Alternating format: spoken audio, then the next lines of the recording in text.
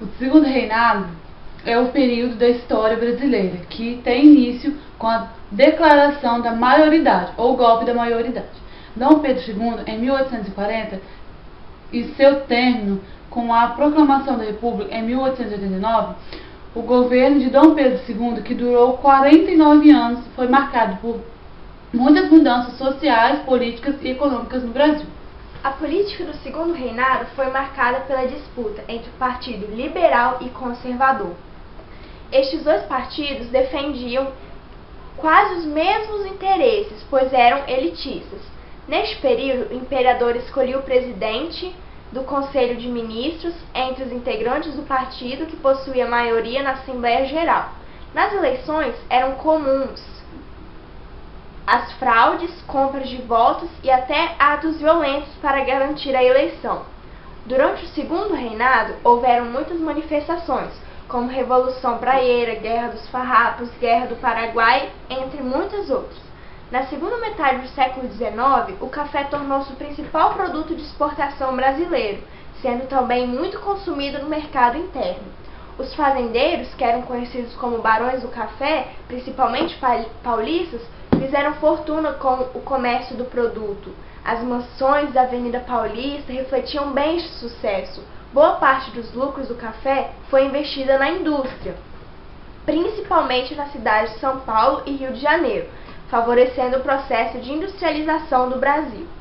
Muitos imigrantes europeus, principalmente italianos, chegaram para aumentar a mão de obra nos cafezais de São Paulo a partir de 1850. Vieram para, aos poucos, substituírem a mão de obra escrava que, devido às pressões da Inglaterra, começaram a entrar em crise. Além de buscarem trabalho nos cafezais do interior paulista, também foram para as grandes cidades do Sudeste, que começavam a abrir muitas indústrias. A crise do segundo reinado teve início já no começo da década de 1880. Esta crise pode ser entendida através de algumas questões: da interferência de Dom Pedro II em questões religiosas, gerando descontentamento nas lideranças da Igreja Católica no país, as críticas e oposições feitas por integrantes do Exército brasileiro que mostravam-se descontentes com a corrupção existente na corte. Além disso, os militares estavam insatisfeitos com a proibição imposta pela monarquia, pela qual os oficiais do Exército não podiam dar declarações à imprensa sem uma prévia autorização do ministro de Guerra. A classe média brasileira, os funcionários públicos, profissionais liberais, jornalistas, estudantes, artistas, comerciantes, desejavam mais liberdade e maior participação nos assuntos políticos do país. Identificada com os ideais republicanos, esta classe social passou a apoiar a implantação da República no país e a falta de apoio dos proprietários rurais, principalmente dos cafeicultores do Oeste Paulista, que desejavam obter maior poder político, já que tinham grande poder econômico.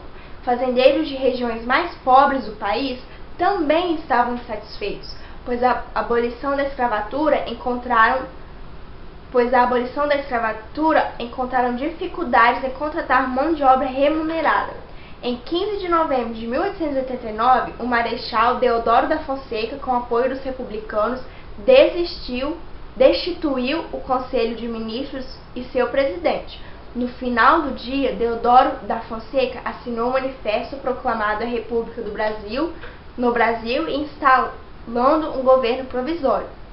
No dia 18 de novembro, Dom Pedro II e a família imperial brasileira viajaram para a Europa. Era o começo da República Brasileira, com o Marechal Deodoro da Fonseca assumindo de forma provisória o cargo de presidente do Brasil.